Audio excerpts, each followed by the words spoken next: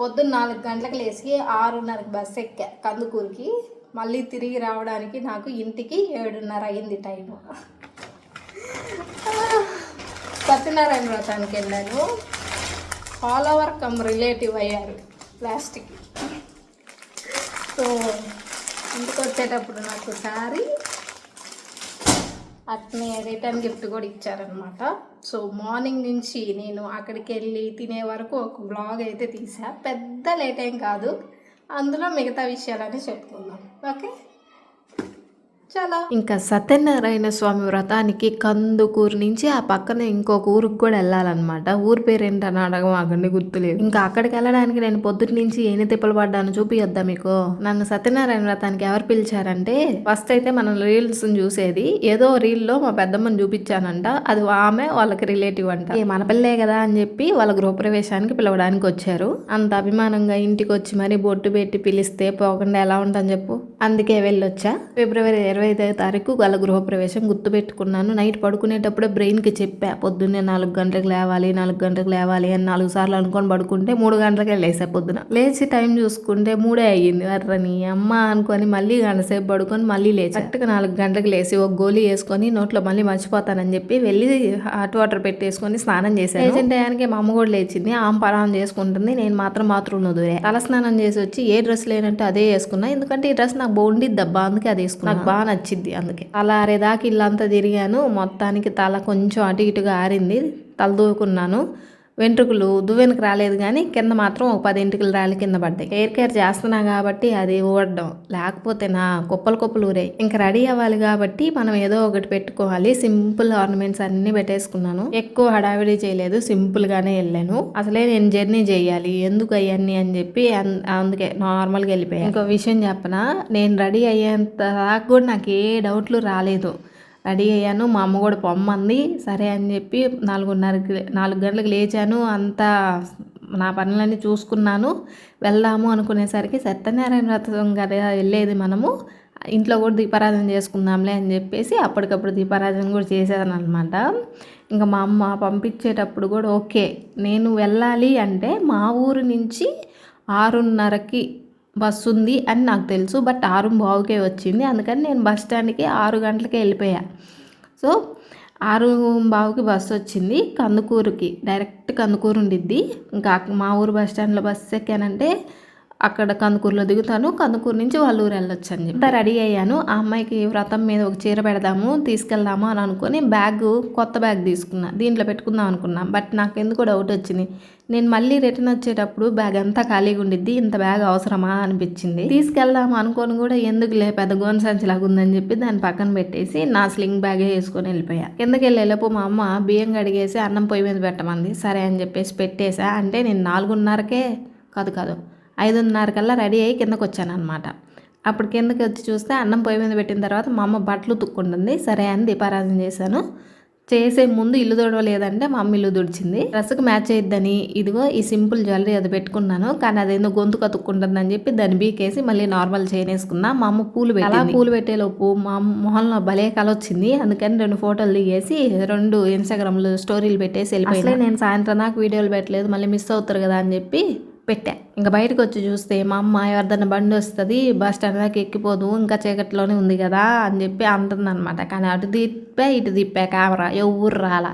సరేలమ్మా నేనే నడిచిపోతానని చెప్పేసి స్టార్ట్ అయిపోయినా. మా అమ్మకి బాయ్ చెప్పేసి వెళ్ళేటప్పుడు కరెక్ట్గా 5:50 అయింది. 10 నిమిషాలకల్లా బస్ స్టాండ్కి వెళ్ళిపోయా. ఇంకా 5:50 అంటే నేనే లేచి రెడీ అయినానంటే ఊర్లో ఆడవాళ్ళు అందరు లేచారు, కొసులు చింపుతున్నారు, కల్లేపులు చల్లుతున్నారు. యాడికి పిల్ల పొద్దున్నే పోతుందని వాళ్ళు కొనుక్కుంటున్నారు.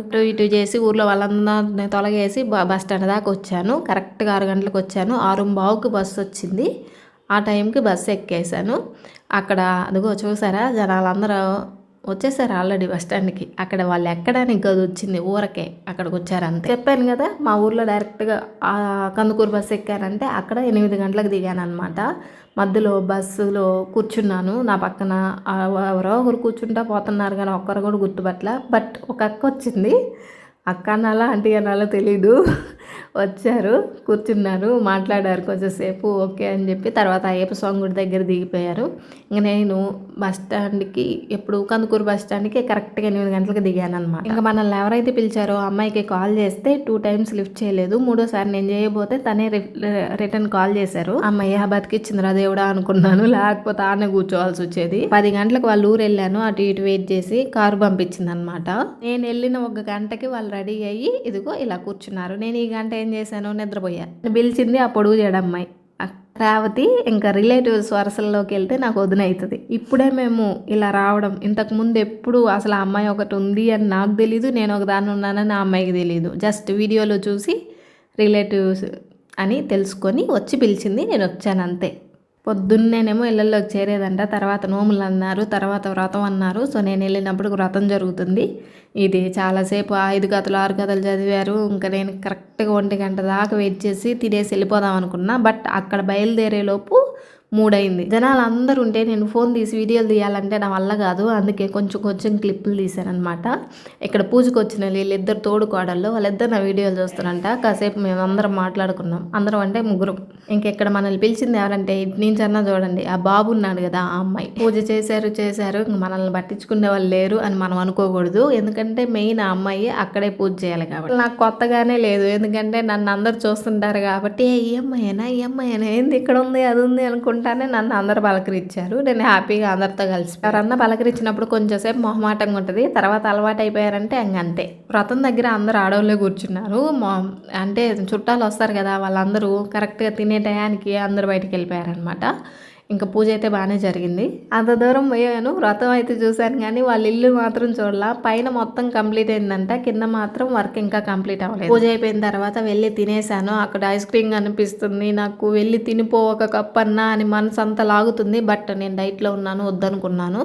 బట్ ఫుడ్ ఎలాగో తినేసాను, అట్లీస్ట్ ఐస్ క్రీమ్ అన్నా వద్దు అనుకొని దాన్ని పక్కన పెట్టేశా. తీసుకెళ్ళిన చీర రేవతికి పెట్టాను. తర్వాత అమ్మాయి కూడా నేను వచ్చేటప్పుడు రిటర్న్ గిఫ్ట్ ఇచ్చి నన్ను సాగనంపింది అనమాట వాళ్ళ ఫ్రెండ్స్తో పాటు. ఇంకా అంతే, ఒంగోలు నుంచి ఇంకా అసలు బస్సులో నిలబడి వచ్చాను. దేవుడో రాముడో అసలు ఒళ్ళంతా నొప్పులు వచ్చి ఇంటికి వచ్చిన తర్వాత తను ఇచ్చిన రిటర్న్ గిఫ్ట్స్ ఏంటని చూస్తే మంచి బౌల్ ఒకటి ఉంది. ఇంకా అరటికాయలు నేనే తినేసి అందులో ఉన్న అరటిపండ్లు మంచి చీర కూడా పెట్టింది. అబ్బా ఇంకేం కావాలరా నాకు, అంత అభిమానంగా పిలిచారు, తీసుకెళ్లారు, భోజనాలు పెట్టారు, కనబడ్డ వాళ్ళందరూ మంచిగా మాట్లాడారు. కాకపోతే ఆ జర్నీ ఒక్కటే నాకు ఇబ్బంది అనిపించింది. మిగతా అంతా కూడా ఆల్ గుడ్ అబ్బా.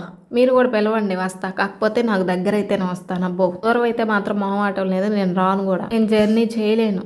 అంతా పైన తీసాను అనమాట వీడియో, పూర్తిగా తీల. వీడియో మొత్తం చూసాను కదా, ఏమనిపించిందో కమెంట్ చేయండి. కందుకూరు వచ్చిన తర్వాత రేవతికి 2 సార్లు కాల్ చేసా, అమ్మాయి లిఫ్ట్ చేయలా. నిజంగా మైండ్లో ఏమనుకున్నాను తెలుసా, 12 గంటల దాకా కందుకూరులో వెయిట్ చేద్దాం, అమ్మాయి పూజలో ఉంటది కదా, ఫోన్ పక్కన పెట్టిందేమో అనుకుని చేసి ఎవరన్నా పంపిస్తే ఓకే పోదాం, లేకపోతే ఏం చేద్దాం, మళ్ళీ వచ్చిన దారినే బస్సును పట్టుకొని నాకు వద్దాంలే అనుకున్నా. అబ్బా నిజంగా. కానీ అమ్మాయి నేను 3వ సారి చేయబోయేలోపు రిటర్న్ కాల్ చేసింది. బతికిచ్చిందిరా దేవుడా అనుకున్నా నిజంగా. ఇదిగో ఇదే రిటర్న్ గిఫ్ట్ అందరికి ఇచ్చింది. భలే క్యూట్గా ఉంది కదా. దీంతో పాటు తాంబూలము సత్యనారాయణ స్వామి ప్రసాదం వేశారు.